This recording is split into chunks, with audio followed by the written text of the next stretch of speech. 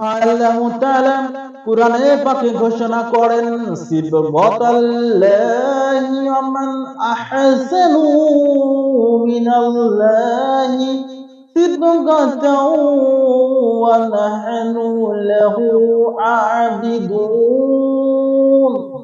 হে মুসলমান, বলে দাও আমরা আল্লাহর রং গ্রহণ করেছি। আল্লাহর রঙের চাইতে উত্তম রং আর কার হতে পারে? একমাত্র ইবাদত শুধু আমরা আল্লাহ তাআলারই করি। আল্লাহর রঙে রঞ্জিত হও, যা কোনো পানি দ্বারা হওয়া সম্ভব না। তার বন্দেগীর মাধ্যমে এই রঙে রঞ্জিত হতে হয়।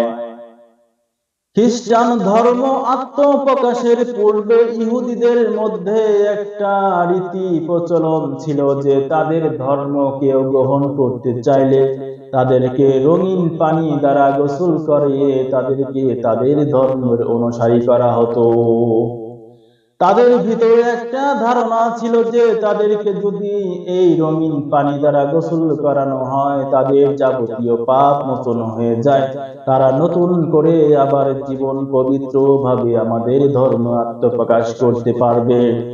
পরবর্তী সময়ে খ্রিস্টান ধর্মের যখন আত্মপ্রকাশ হলো, খ্রিস্টানরাও ঠিক একইভাবে তাদেরকে মতোই ইহুদিদের মতোই মানুষকে ব্যাপটিজমের মাধ্যমে রঙিন করার মাধ্যমে পানির ভিতরে রং দিয়ে মানুষকে গোসল করিয়ে, শুধু বড় বড় মানুষদিগকে নয় বাচ্চাদেরকেও গোসল করে। তাদের মনে একটা ধারণা ছিল যে এই রঙিন পানিতে যদি গোসল করানো হয় তাহলে বাচ্চা কিংবা বড় যাকে গোসল করানো হোক না কেন সবাই পবিত্র হয়ে যাবে।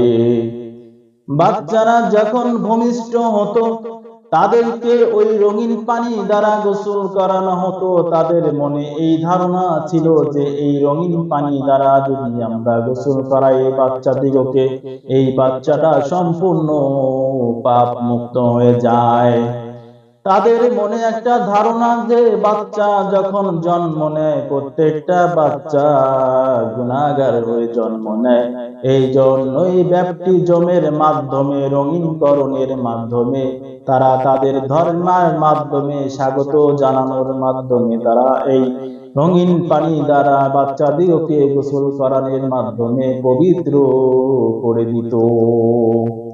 আল্লাহ তাআলা বললেন, রঙিন যদি হতে হয় তাহলে আমার রং গ্রহণ করো। আমার রঙের চাইতে উত্তম রং আর হতে পারে না। আর আমার রং হচ্ছে আমার ইবাদত বন্দেগী। যারা আমার ইবাদত বন্দেগী করলো তারা আমার রং গ্রহণ করলো। আমার রং গ্রহণ করতে চাইলে কোনো পানি দ্বারা আমার রং গ্রহণ করা যায় না, কোনো রং দ্বারা আমার রঙে রঞ্জিত হওয়া যায় না।